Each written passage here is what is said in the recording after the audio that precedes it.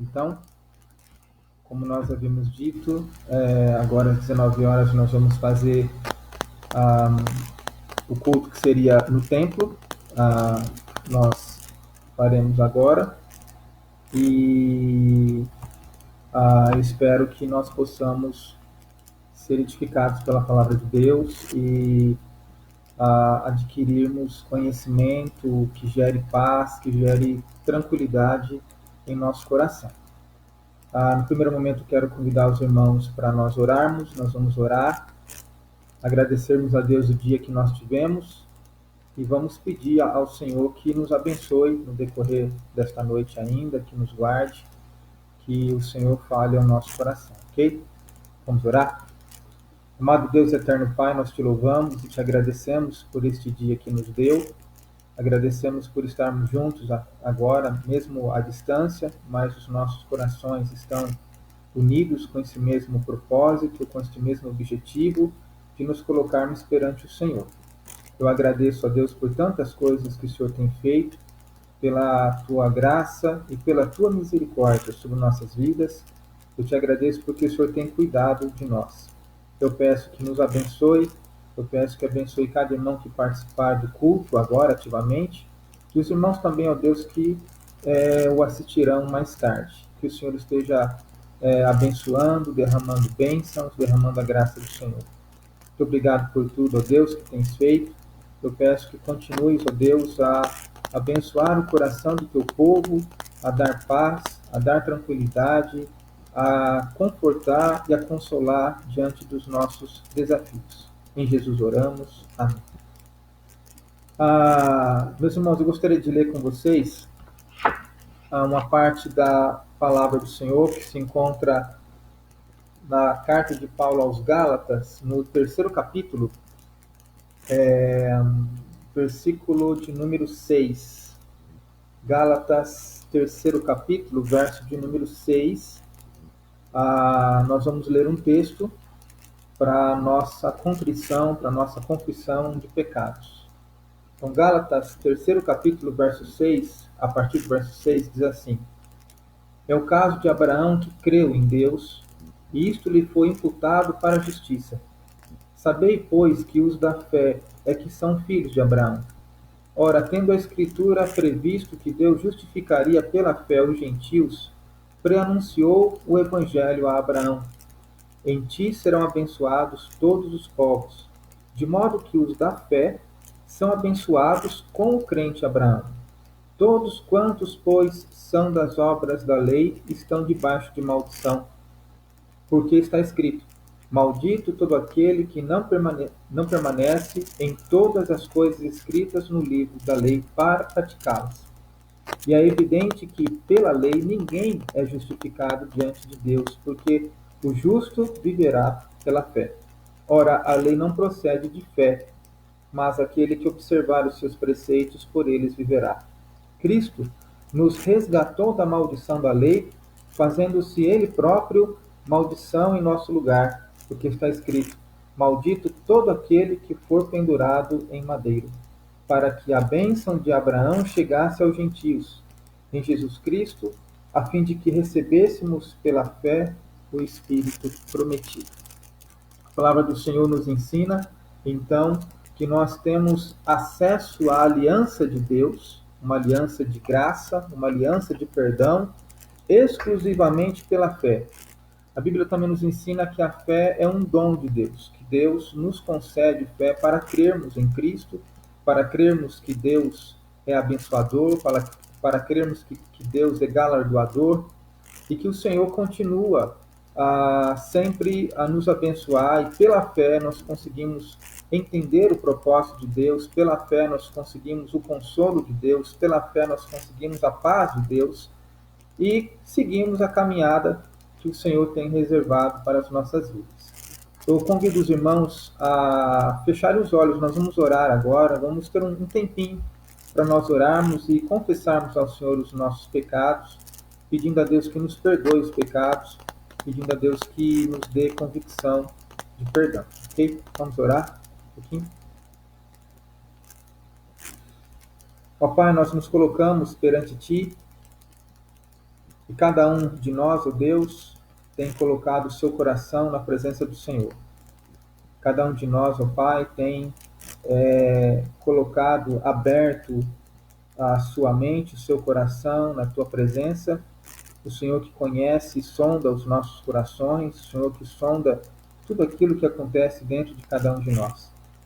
Nós, ó Deus, confessamos que somos fracos, que somos frágeis e que muitas vezes, ó Deus, mesmo sabendo que Tu és poderoso, nós deixamos-nos ser levados por sentimentos diversos que muitas vezes tiram nossa paz, tiram o nosso contentamento, tiram a nossa alegria e tiram a nossa segurança no Senhor. Somos que arrebatados por um vento forte de pensamentos que não deveriam ocupar a nossa mente.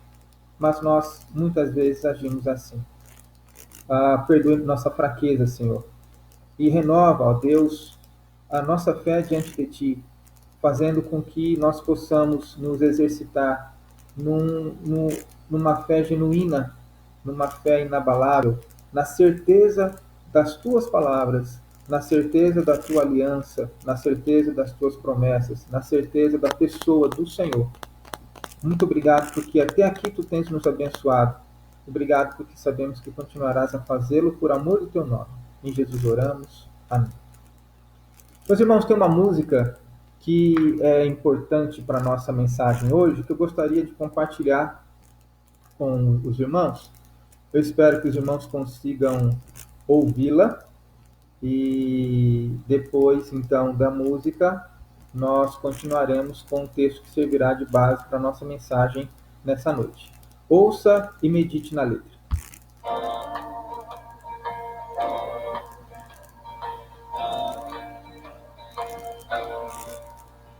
Aqui no meu coração, sinto às vezes como um turbilhão que me ataca e joga no chão toda a esperança que restou. Então vem em volta e me sinto só, levantando a gente ao meu redor e percebo que um lugar melhor é ficar juntinho de quem é maior.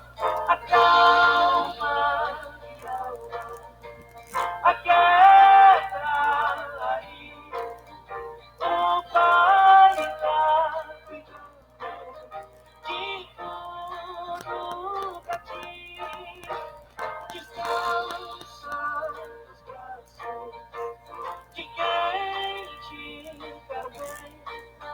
O Pai não despreza a dor de ninguém. Sossega, entrega, espera, vai ficar tudo bem, tudo bem.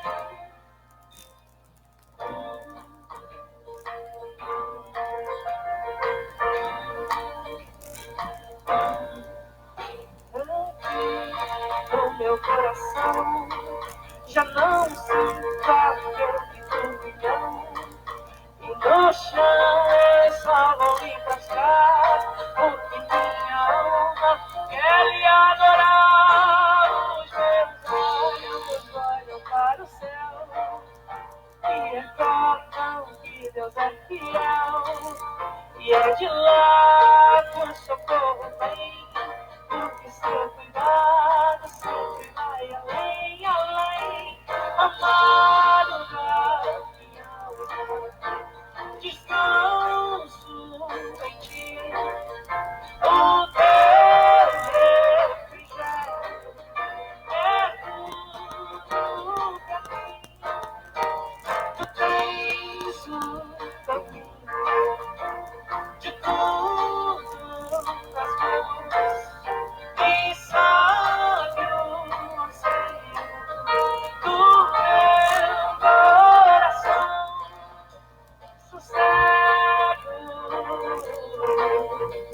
entrego, espero, vai ficar tudo bem, tudo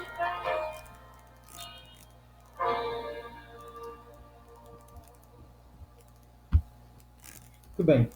Essa música que nós ouvimos, ela fala sobre confiança. Ela fala que nós devemos entregar o nosso coração ao Senhor, devemos entregar o nosso caminho ao Senhor.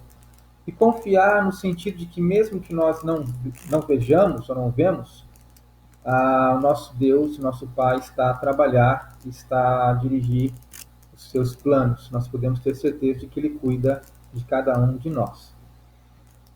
Nessa noite, irmãos, eu gostaria que nós abríssemos a Bíblia no terceiro capítulo de Lamentações de Jeremias. Terceiro capítulo de Lamentações de Jeremias, apenas um único verso nós leremos. Esse verso é o texto proposto para a nossa meditação nessa noite. Lamentações de Jeremias, terceiro capítulo, apenas o verso de número 22. Lamentações de Jeremias, terceiro capítulo, verso de número 22. É um verso muito conhecido, nós o utilizamos em diversos contextos e utilizaremos hoje. Diz: as misericórdias do Senhor são a causa de não sermos consumidos, porque as suas misericórdias não têm fim. Vamos orar? Ó Pai, nós pedimos a Ti, Senhor, que nos abençoe nesta noite e que o Senhor fale ao nosso coração no contexto em que estamos inseridos. Que o Senhor, ó Deus, nos dê guarida ao nosso coração, consola o nosso coração, para que possamos ter paz e nessa paz continuarmos, ó Deus, com a nossa vida. Em Jesus oramos. Amém. Irmãos, qual é o contexto do livro de Lamentações? Jeremias escreve esse livro depois do cerco de Jerusalém, quando Nabucodonosor então invade Jerusalém e leva o povo cativo para a Babilônia, e sobra um tanto de gente espalhada ali naquela região, naquela cidade de Jerusalém. Mas Jerusalém está toda destruída, o templo está no chão, as muralhas estão caídas, o povo está agora numa fome terrível, porque todo o suprimento, todo o gado, toda a colheita ou foi destruído ou foi levado junto com os israelitas. Os israelitas saíram em caravanas e seguem para Babilônia, onde residirão por 70 anos. Jeremias não foi. Na ocasião, quando Nabucodonosor invade Jerusalém, ele se refugia no Egito. Depois de um tempo, ele sai do Egito, volta para Jerusalém e encontra a cidade devastada. E aquilo que Jeremias vê, a devastação, a dor, o sofrimento, o terror que Jeremias vê, ele descreve aqui neste livro, que recebe o nome de Lamentações, porque é justamente aquilo que ele estava fazendo. É a entonação do registro, é um registro de lamento, é um registro de dor, é um registro de desespero, é um registro de momentos terríveis. E Jeremias faz esse registro muitas vezes na primeira pessoa.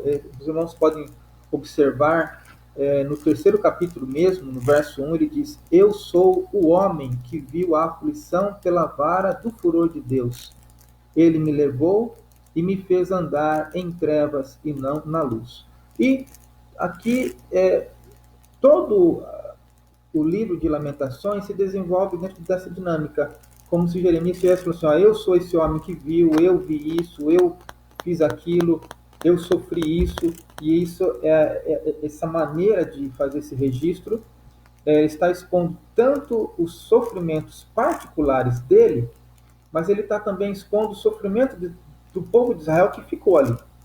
É como se o sofrimento do povo estivesse sendo tipificado no sofrimento de uma pessoa só.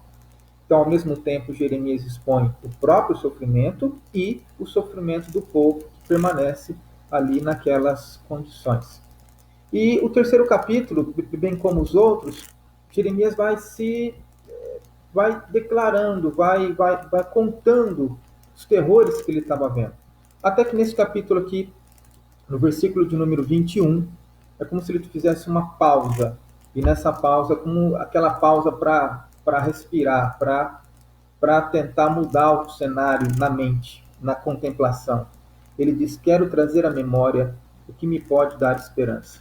E aí então ele faz essa declaração: as misericórdias do Senhor são a causa de não sermos consumidos, porque as suas misericórdias não têm fim.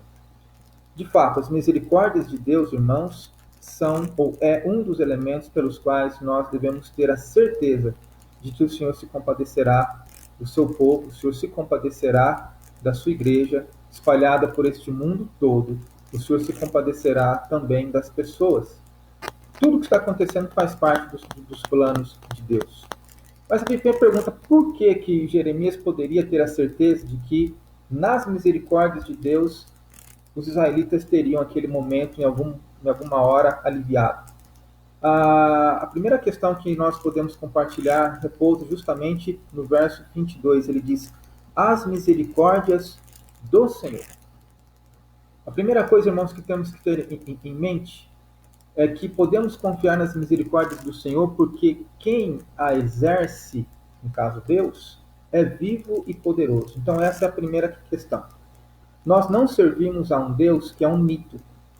Nós não servimos a um Deus que é uma lenda. Nós não servimos a um Deus que é uma história formulada pelos homens no decorrer da história humana. Nós não servimos a um Deus que é uma estátua. Nós não servimos a uma figura. Nós não servimos a uma projeção das respostas às perguntas que nós não temos. Muitas pessoas pensam que a ideia de Deus é como se fosse a projeção de perguntas que nós, de respostas, aliás, a perguntas que nós não temos. Então, como nós não podemos explicar determinadas coisas, nós nos aquietamos acreditando que essas coisas inexplicáveis estão nas mãos de um Deus invisível. Não é isso. A Bíblia ensina que, de fato, Deus existe.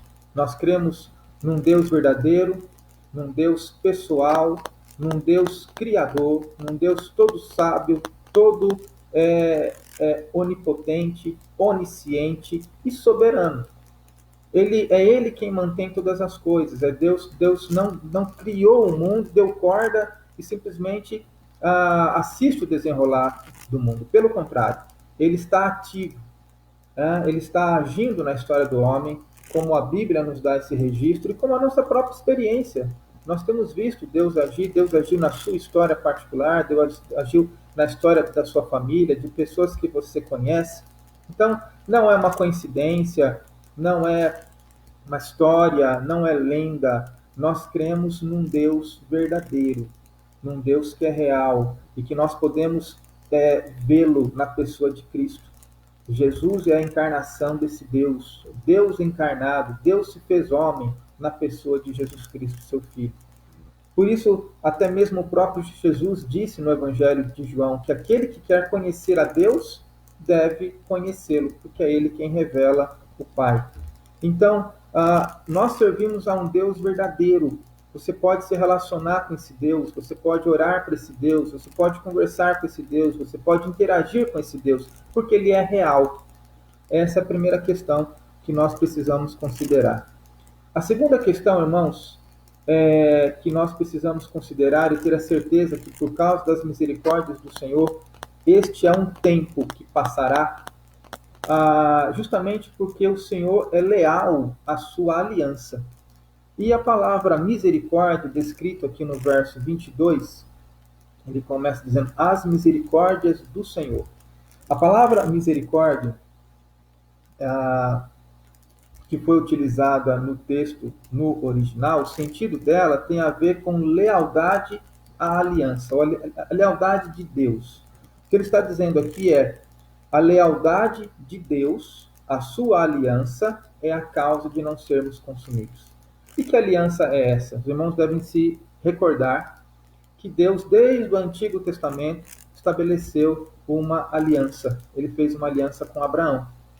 E aquela aliança foi uma aliança de fé. Abraão tinha que crer em Deus, tinha que crer nos caminhos do Senhor.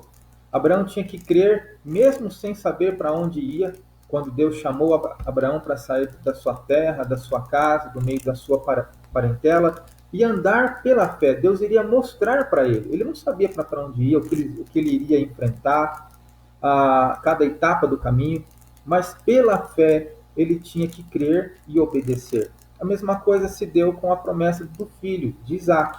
não é? Quando Deus aparece para Abraão, disse que ele teria um filho, já estava com quase 100 anos.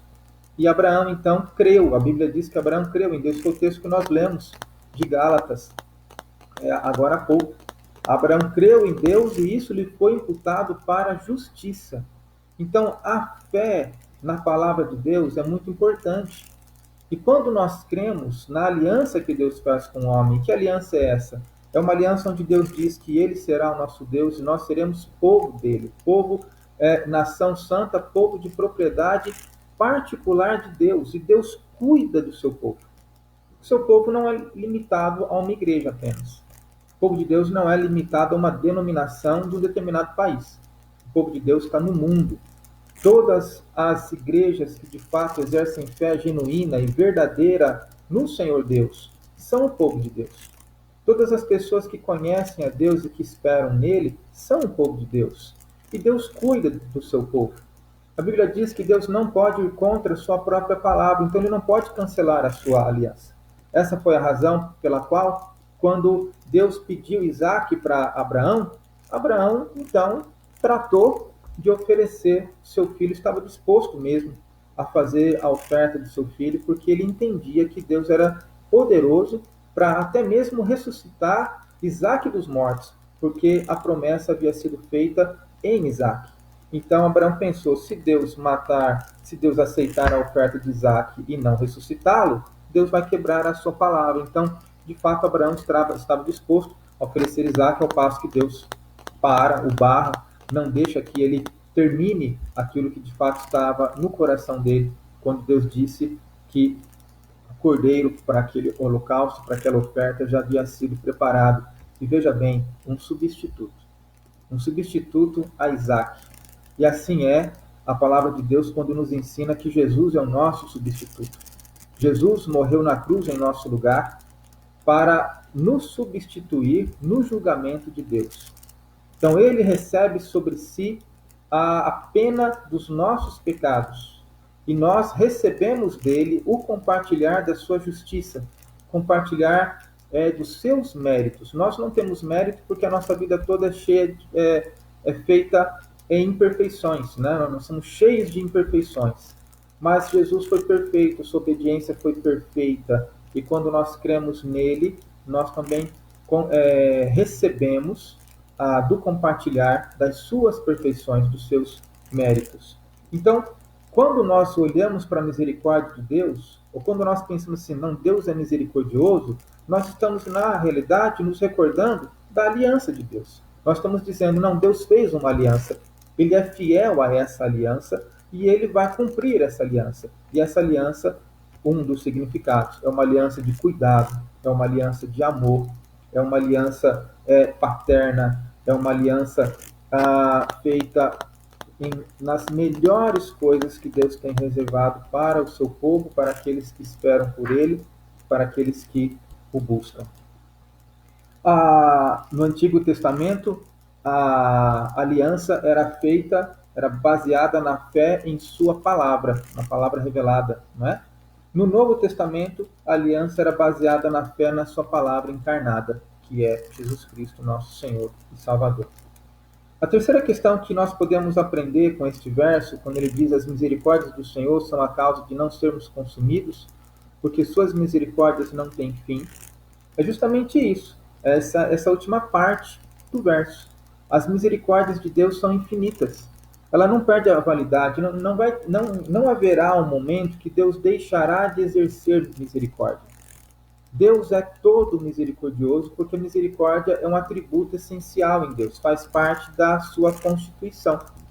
Deus não pode deixar de ser misericordioso. A misericórdia faz parte do amor de Deus, não é? Deus é amor. Da mesma forma que Deus é justiça. Nesse caso, por que os israelitas estavam passando por esse momento? Estavam passando por esse momento justamente porque eles não obedeceram a Deus. Isaías foi um profeta que toda hora falava, povo, consagra a vida, povo, olha para Deus, povo, para de pecar, povo, presta atenção na palavra de Deus, não dê ensejo aos seus próprios desejos, mas atente para o desejo de Deus. O povo não ouviu. Inúmeras vezes Isaías disse que Deus usaria um povo que não era dele, um povo que não era povo de Deus, como instrumento de justiça. E o povo não ouviu. Então agora eles estavam passando por esse momento. Mas Deus, as misericórdias de Deus não terminam. A lealdade de Deus, a sua própria aliança, é eterna. Deus jamais deixará de ser leal. Então a misericórdia de Deus também é eterna. A misericórdia de Deus é infindável. Esses três elementos, eles são muito importantes para nos deixar consolados e confortados nesse momento que nós estamos vivendo agora. É um momento de incertezas, é um momento, num certo sentido, de insegurança, é um momento também de medo, é um momento onde nós ficamos pensando qual será o próximo passo, ou qual será o próximo golpe, vamos dizer assim. O que é que acontecerá amanhã? Num certo sentido, tudo aquilo que nós temos vivenciado hoje tem sido sucedido por momentos piores. As notícias são cada vez piores, mas nós temos que confiar nas misericórdias do Senhor, irmãos. Vocês devem se recordar que, da mesma maneira que os israelitas ficaram 70 anos no exílio, a cidade de Jerusalém, depois que Nabucodonosor a invadiu, ficou 70 anos destruída. E o povo esperava uma redenção, o povo esperava um resgate. Houve o tempo para o julgamento de Deus, mas houve também o tempo da bonança. Então nós temos que esperar nas misericórdias do Senhor. As misericórdias do Senhor são a razão pela qual nós podemos ter a certeza de que Ele confortará o nosso coração por causa da aliança dele. É pela misericórdia de Deus, não é pelo nosso mérito. Às vezes o medo chega e nós não conseguimos expulsar o medo. Ter medo é normal, mas se lembre que Deus é misericordioso. Se lembre que Deus conhece o nosso coração muito melhor do que nós mesmos. Se lembre que o Deus que você serve, você pode conversar com Ele e colocar os seus medos, as suas inseguranças, todas na presença dEle. E deve fazer isso, porque ao fazer isso, nós conseguimos botar para fora, nós conseguimos desabafar. E a paz de Deus, que excede todo entendimento, guarda a nossa mente e coração. Então, a despeito dos sentimentos vários que ocupam o nosso coração, confie no Senhor. Confie nas misericórdias de Deus. Lembre-se que a misericórdia de Deus é infinita. Deus não muda, Ele é o que é. Converse com Ele. Coloque sua família na presença de Deus incansavelmente. Faça como o salmista, acorde a alva. Ore, ore, ore. Peça a Deus paz para que você possa continuar. Nós não devemos tanto nos preocupar com amanhã, porque a Bíblia ensina que o amanhã trará os seus cuidados. Nós devemos nos preocupar agora. Como é que você está desenvolvendo sua vida agora? Como é que você está com sua família agora? Chame sua família para orar. Se o medo, se a desesperança, se as incertezas tomarem conta da sua casa, chame toda a sua família para orar. Compartilhe com ela da misericórdia de Deus. Diga a ela que você crê que Deus é poderoso para fazer infinitamente mais do que tudo quanto nós pedimos ou pensamos por causa da sua misericórdia. Eu tenho certeza que Deus estará abençoando nossas vidas. Irmãos, nós vamos encerrar a nossa mensagem com uma oração. Peço que os irmãos fechem os olhos e nós vamos orar. Amado Deus, eterno Pai, nós te louvamos e te agradecemos porque tuas misericórdias não têm fim. Elas renovam-se a cada manhã, porque tu és eterno. O Senhor está no controle de todas as coisas. E tudo, Deus, está completamente aberto e revelado diante de ti. Eu peço que cuide do coração dos meus irmãos. Eu peço que mesmo que nós não consigamos contemplar um despontar do sol de um novo dia lindo, sem essa sombra desse vírus, sem essa nebulosidade que esse vírus causa em nosso coração, se os nossos olhos visíveis não conseguem enxergar, que os nossos olhos da fé, baseados na tua graça e na tua misericórdia, contemplem este dia.